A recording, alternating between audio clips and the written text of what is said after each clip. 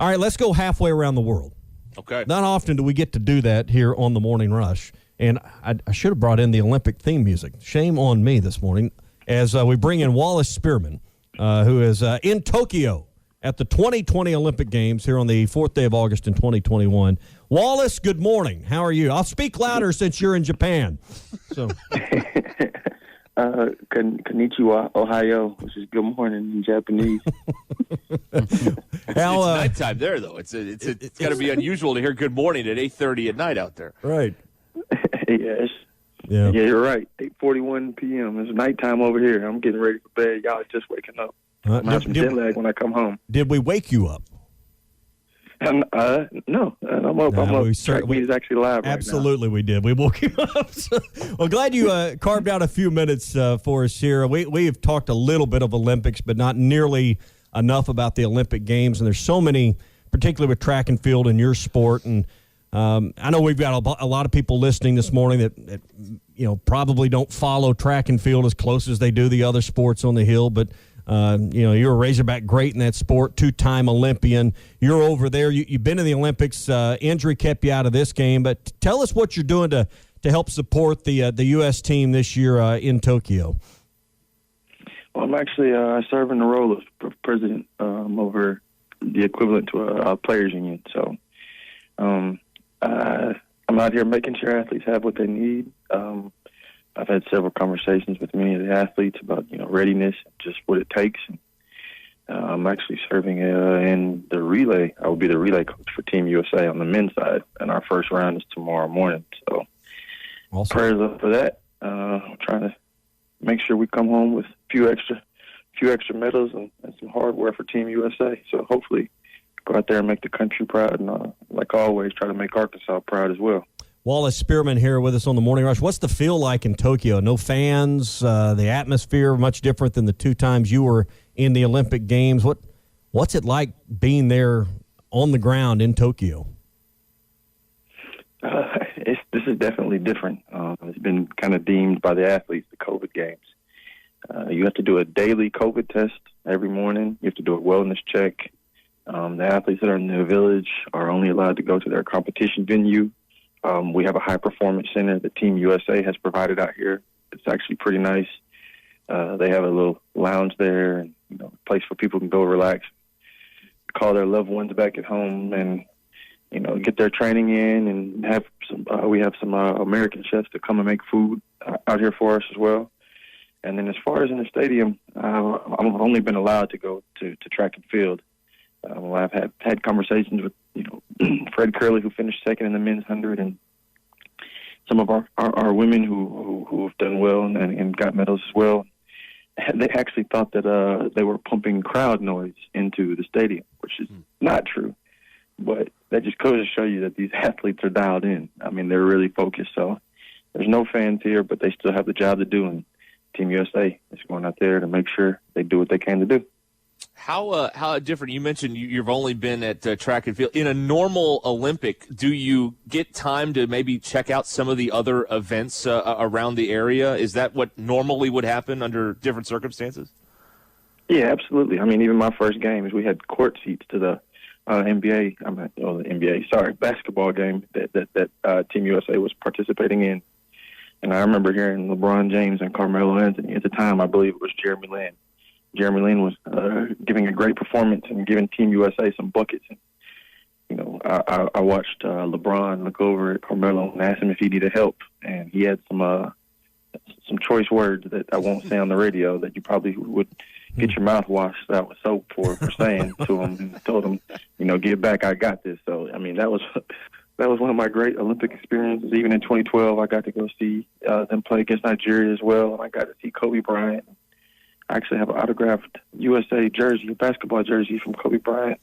I got Kevin Durant and LeBron James, and walking in opening ceremonies with them. And, for our athletes, none of that got to happen this year. So, and this is kind of crazy for me. I know this is going to sound not what people would expect, but McDonald's didn't sponsor the Olympic Games this year, so that was the first time in many years that McDonald's hasn't been in the village. It's definitely different. Wallace Spearman with us live from Tokyo at the Olympic Games. fifth year in between the games this year. There will be only 3 years between the 2024 games.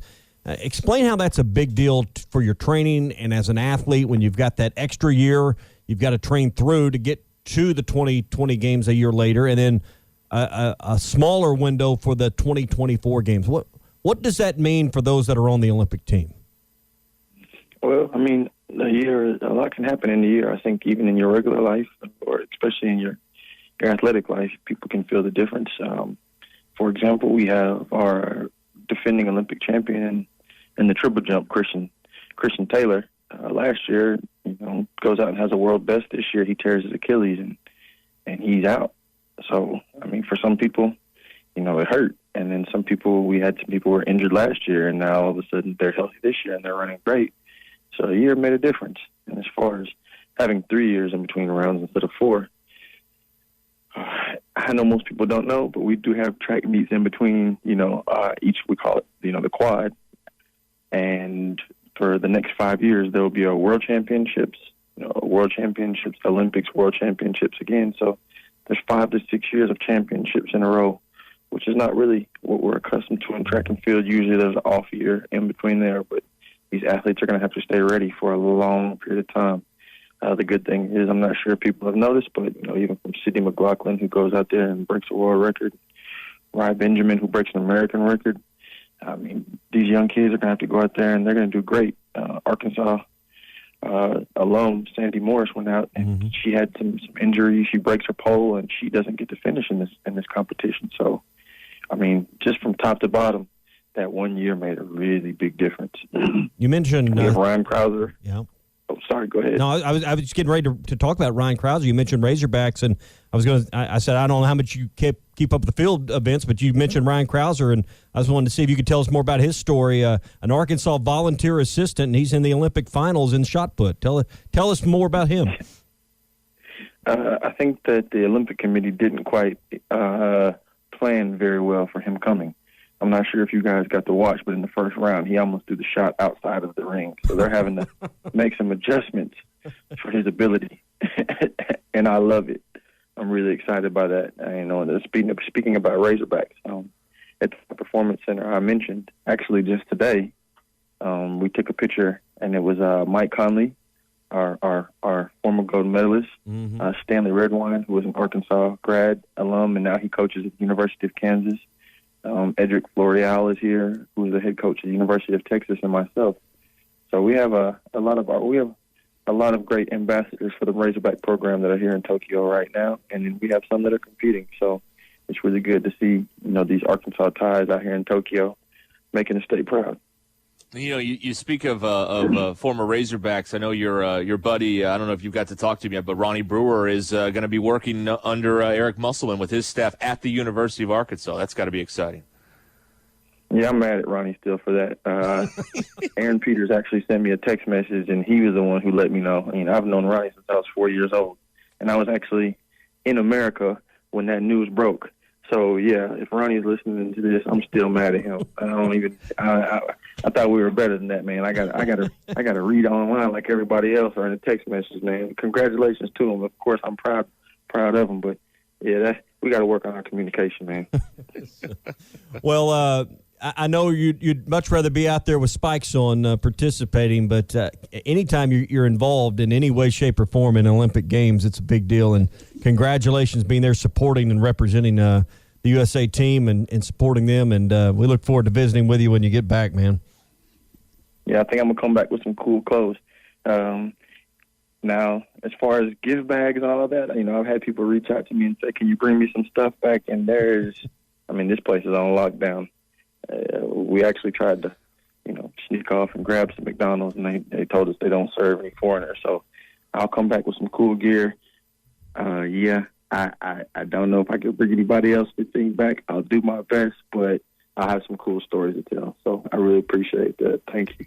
All right. We wear 2Xs in case you were wondering what our sizes are. Well, I'm looking at our CEO of USA Track and Field, so I'll see if I can pull some strings.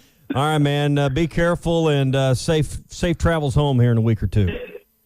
Hey, I appreciate that. Thank you. Hopefully, I can maybe get back on there and give y'all some more updates. All right, yeah. Well, let's do that before the games are over. Wallace Spearman with us live from the Olympic Games in Tokyo.